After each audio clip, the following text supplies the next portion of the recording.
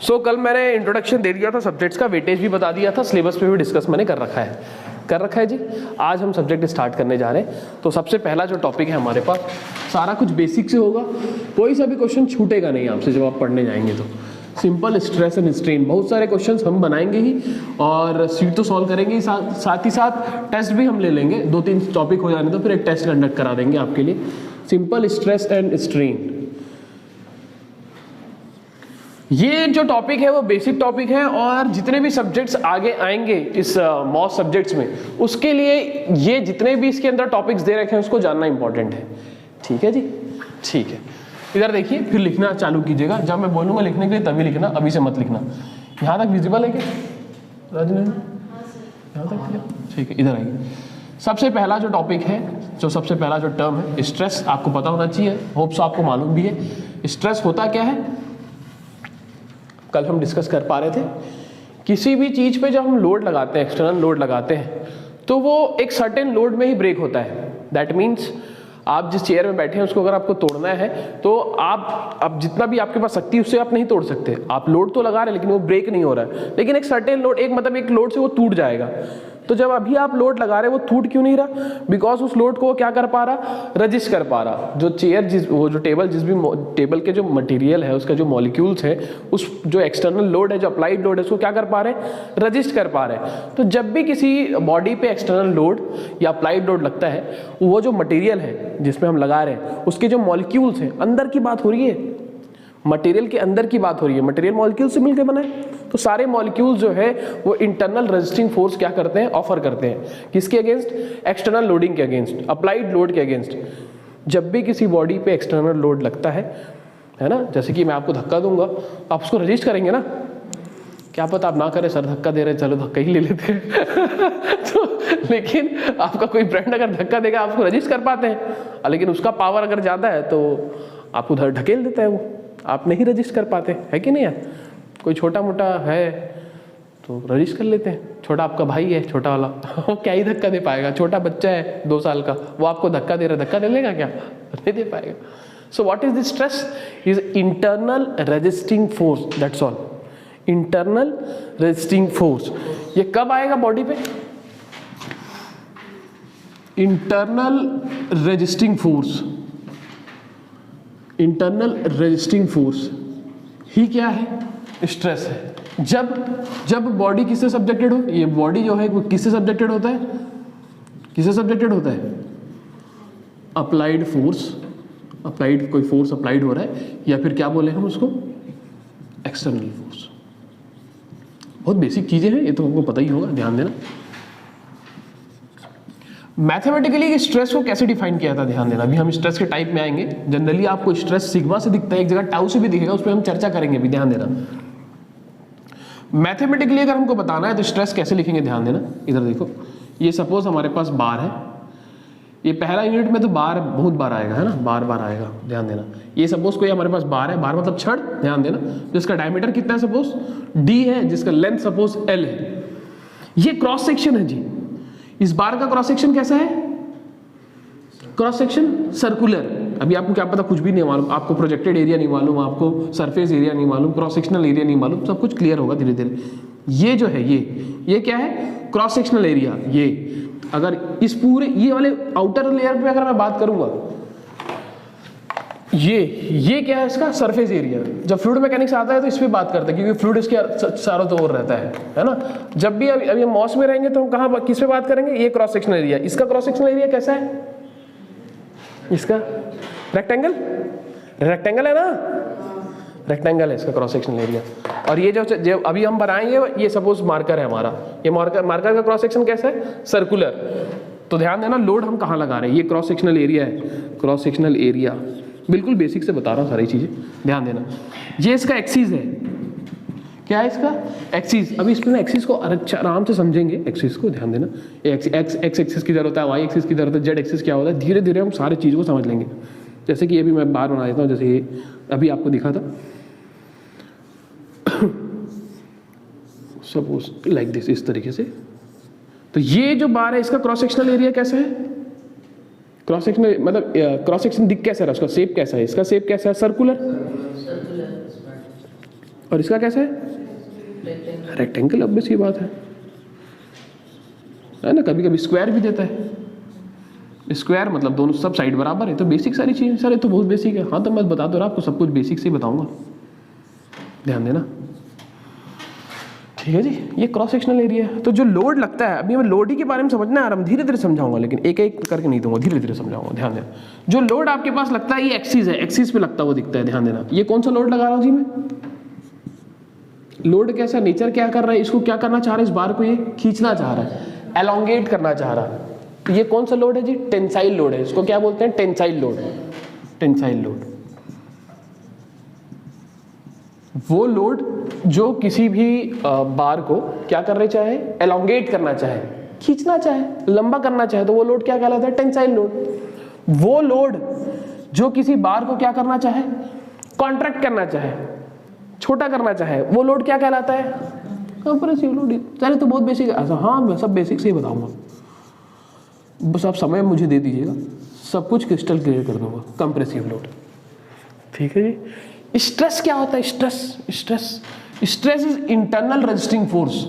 Definition but mathematically अगर हमको बताना है, ध्यान देना, तो इट्स रेजिस्टिंग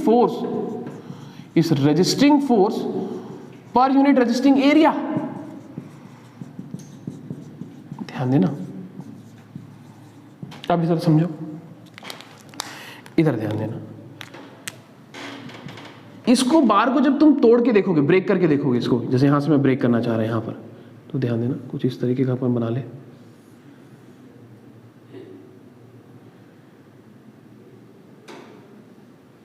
ध्यान देना, ये मॉलिक्यूल, ये जो बार था वो पूरा इतने एल लेंथ का बार था, इसको मैं बीच से ब्रेक करा। ध्यान देना, ये मैं खींच रहा। मैं अभी आपको क्या बताया, स्ट्रेस होता क्या है? Internal resisting force. ये कौन सा फोर्स है? हाँ टेंसाइल, यस टेंसाइल फोर्स है। हाँ टेंसाइल है, वेरी गुड, टेंसाइल है। और किसी को क्या बोलेंगे? हाँ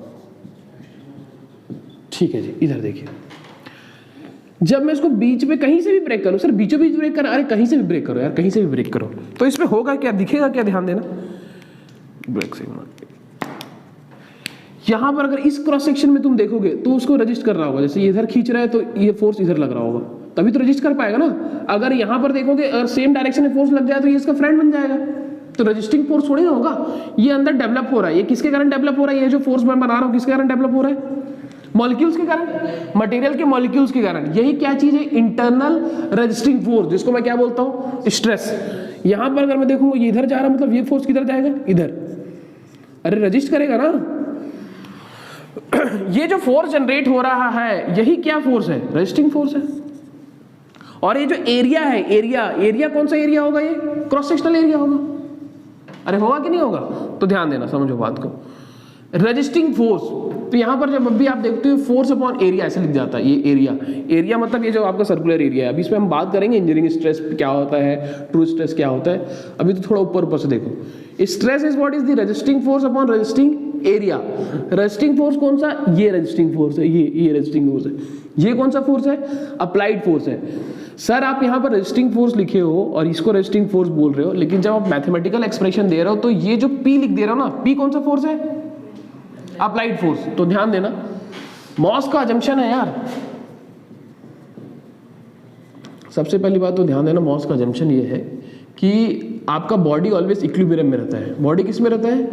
इक्विलिब्रियम। बहुत सारे अजम्पशन है, धीरे धीरे आपको पता चलेगा। जैसे कि कल मैं आपको बता रहा था, बॉडी इन इक्विलिब्रियम ऑलवेज। कल मैं आपको क्या बताया था कि जो आपके पास जो भी एलिमेंट आपको दिखेंगे आपके मॉस के सब्जेक्ट्स में, सबका मटेरियल कैसा होगा? होमोजीनियस और आइसोट्रोपिक। ये जब हम अलग अलग टॉपिक आते जाएगा तो मैं इसको लिखवाऊंगा ही। और दूसरे ये जो असम्पशन बता रहा हूँ, बॉडी ऑलवेज किस में रहेगा? इक्विलिब्रियम में। बार हो, बीम हो, शाफ्ट हो, सब किस में रहता है? इक्विलिब्रियम में। इक्विलिब्रियम कहने का मतलब क्या होता है? हाँ, दोनों साइड से लोड लगेगा तो बराबर है। हाँ। इक्विलिब्रियम दैट मींस क्या होता है राजनंदन? इक्विलिब्रियम का मतलब, इक्विलिब्रियम कहने का मतलब है कि फोर्स अगर एक्स डायरेक्शन में लग रहा है किसी बॉडी में, तो उसका सम है वो जीरो होना चाहिए। जैसे कि आपके पास कोई बॉडी है, इधर फोर्स लग रहा है, इधर फोर्स लग रहा है, क्या पता इधर फोर्स लग रहा है, क्या पता इधर फोर्स लग रहा, ये सारे फोर्स कौन से डायरेक्शन में, एक्स डायरेक्शन में, समझ रहे हो। और ये वाई हो गया, और मतलब जैसे कि एक्स वाई जेड समझते हैं ना यार, ये एक्स हो गया, ये वाई हो गया और ये जेड हो गया, है ना। ये ब्लू वाला मार्कर एक्स हो गया, ये ब्लैक वाला वाई हो गया और रेड वाला जेड हो गया। Perpendicular axis is the Z axis, ठीक है जी। सो एक्स डायरेक्शन में जितने फोर्स लग रहा है उसका सम क्या होना चाहिए, जीरो। इधर फोर्स लगे, इधर डायरेक्शन कुछ भी हो, लेकिन उसका जब सम करेंगे तो क्या होना चाहिए, जीरो।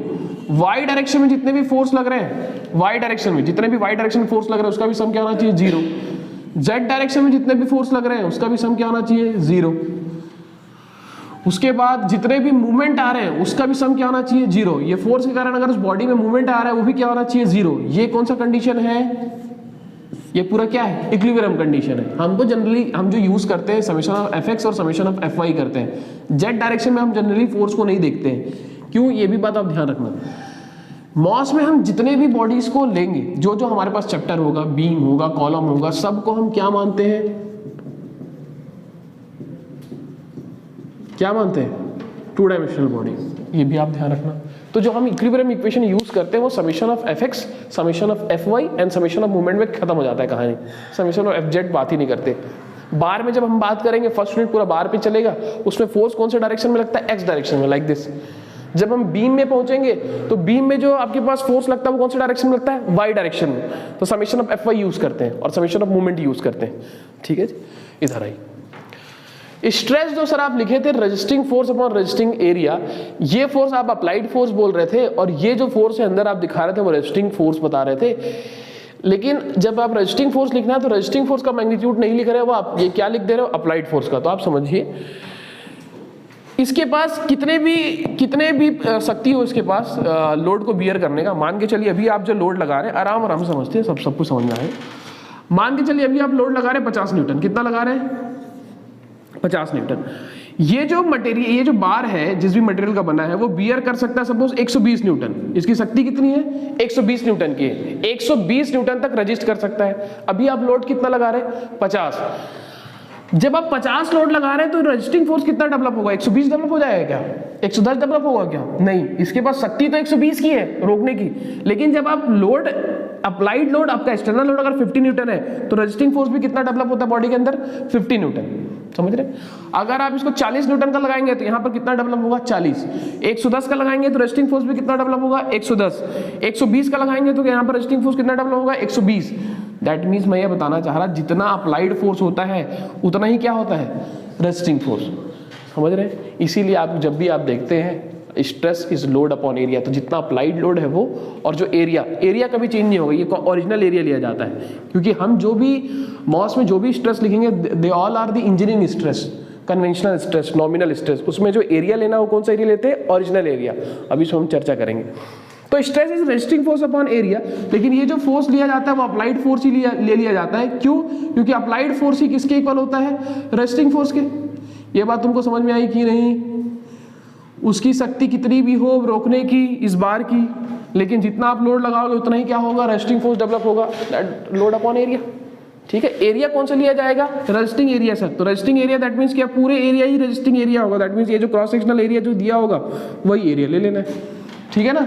सो ये लोड अपॉन एरिया, एरिया आपका अगर सर्कुलर है तो we know that area π/4 into D का स्क्वायर। सही बात है। रेक्टेंगल हो तो लेंथ इंटू विड्थ, स्क्वायर हो तो ए का स्क्वायर। इसमें क्या दिक्कत है, दो ही चीज बताया अभी तक। स्ट्रेस क्या होता है, definition, stress is what, is internal resisting force. अपने आप थोड़ी ना आएगा, जब क्या होगा, लोड लगेगा। जब लोड लगेगा किसी बॉडी पे एक्सटर्नल लोड तो रेजिस्टिंग फोर्स डेवलप होगा। मैथमेटिकली क्या बताना है, resisting force per unit resisting area. तो यूनिट क्या हो जाएगा उसका, स्ट्रेस का यूनिट न्यूटन पर मीटर स्क्वायर, फोर्स का यूनिट न्यूटन, एरिया का मीटर स्क्वायर, न्यूटन पर मीटर स्क्वायर। सही बात है। इधर देखिए, ये बता देते हैं, ये स्ट्रेस लिखा हुआ है 25 किलो न्यूटन। ये सब आपको पता होना चाहिए, बेसिक चीजें। किलो कहने का मतलब 10⁻³ स्ट्रेस लिखा है 30 मेगा न्यूटन। तो मेगा मतलब, हाँ ये सब बेसिक चीजें हैं, एकदम फ्रीक्वेंट होना चाहिए न्यूटन। स्ट्रेस 40 गीगा न्यूटन, मतलब स्ट्रेस 20 पास्कल। पास्कल का मतलब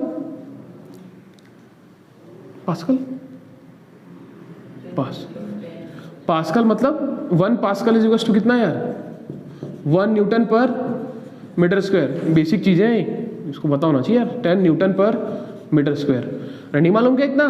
पास्कल का मतलब क्या होता है? न्यूटन पर मीटर स्क्वायर। अब सुनो मेरी बात, सिग्मा आपको दे रखा है सपोज 20 न्यूटन पर मीटर स्क्वायर दे रखा है, और जो भी कुछ आप कहीं पर कैलकुलेशन कर रहे हैं आपको स्ट्रेस चाहिए न्यूटन पर mm स्क्वायर में। कैसे करेंगे?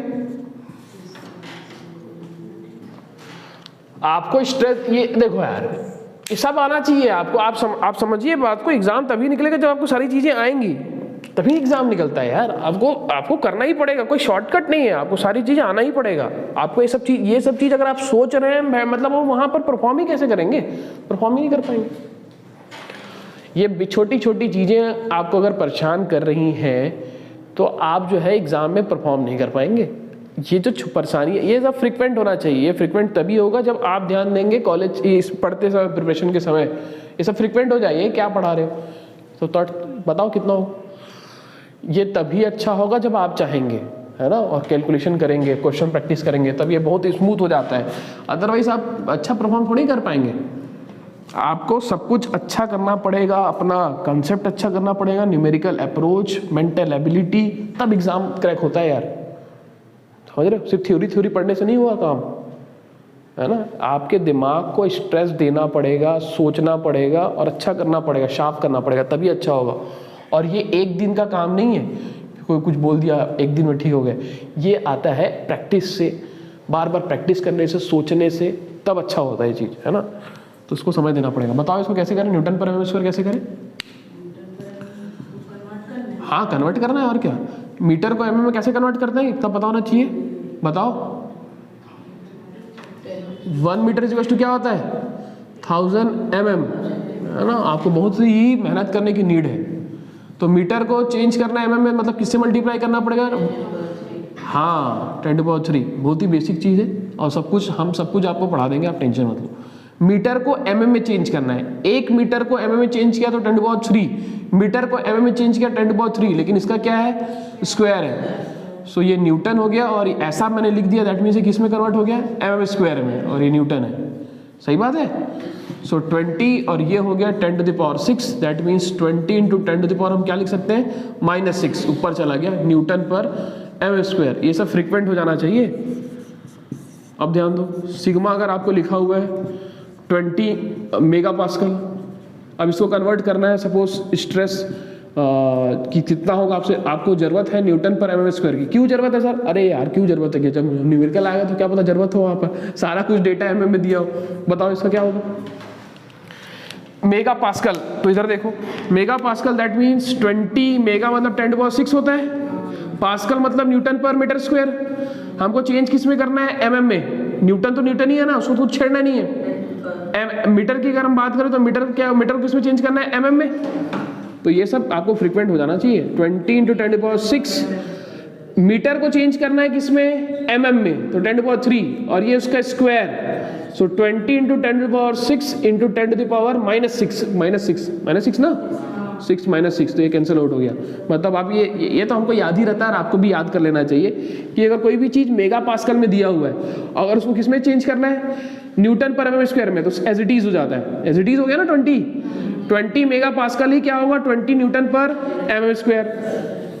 180 मेगा पास्कल को अगर न्यूटन पर mm चेंज करना है, न्यूटन पर mm तो कितना होगा? 180 ही होगा। इतना, ये सब तो आ जाना चाहिए। इधर इसको बताओ, ये सब फ्रिक्वेंट करना पड़ेगा तभी होगा, और ये सब आपको मेहनत करके करना पड़ेगा। मान के चलिए 15 गीगा पास्कल दिया हुआ है, अब इसको चेंज करना है आपको न्यूटन पर mm स्क्वायर में, तो क्या होगा? वी नो दैट ना, गीगा मतलब क्या होता है? 10⁹, पास्कल मतलब न्यूटन पर मीटर स्क्वायर। हाँ, वेरी गुड। अब ये 3 भी हमको याद कर लेना चाहिए। हमें तो याद है, आपको भी याद कर लेना चाहिए। हम सोचते नहीं है, गीगा को चेंज करना है तो 10⁻³ कर देते हैं। कोई भी चीज़ मेगा पास्कल में दे रखा है, कोई भी चीज़ मेगा पास्कल में दे रखा है तो न्यूटन पर स्क्वायर में उतना ही होगा। ये सब आपको याद होना चाहिए, है ना, इसमें समय थोड़ी गंवाना है। सो ये 10⁻³ न्यूटन पर मीटर स्क्वायर मतलब 10⁻⁶ डायरेक्ट लिख दूँ? चलो लिख ही देता हूँ। सो आप क्लियर देख पा रहे हैं 10⁹ गीगा का था और ये 10⁻⁶ ऊपर जाएगा तो 10⁻⁻6 हो जाएगा। सो 15 इंटू 10⁻+9 और -6 +3 हो जाएगा। सो ये न्यूटन पर स्क्वायर में कन्वर्ट हो गया। सही बात है। तो अभी मैंने सिर्फ आपको बताया what is the stress is the internal resisting force और mathematically is the resisting force upon area, या फिर हम सिंपली बोल सकते हैं कि कोई भी बार दिया हुआ है उस पर जो लोड लग रहा है और उसका जो क्रॉस सेक्शनल एरिया है, दिस कॉल्ड स्ट्रेस। लेकिन अंदर से हमको ये चीज़ पता है कि वो अप्लाइड लोड ही नहीं, फॉर्मूले में नहीं है। फॉर्मूला दैट मीन्स कंसेप्चुअली जो फॉर्मूला है वो रजिस्टिंग फोर्स है, लेकिन जितना आप अप्लाइड लगा रहे हैं, जितना आप एक्सटर्नल फोर्स लगा रहे हैं उतना ही रजिस्ट कर रहे हैं, इसीलिए अप्लाइड फोर्स को हम रजिस्टिंग फोर्स बोल रहे हैं, है कि नहीं है। डिवाइड बाय एरिया, जो उसका क्रॉस सेक्शनल एरिया होगा। यूनिट भी आपको समझ में आ गया, कन्वर्जन भी आपको समझ में आना चाहिए। ठीक है जी, लिखिए इसको, चर्चा करते हैं आगे।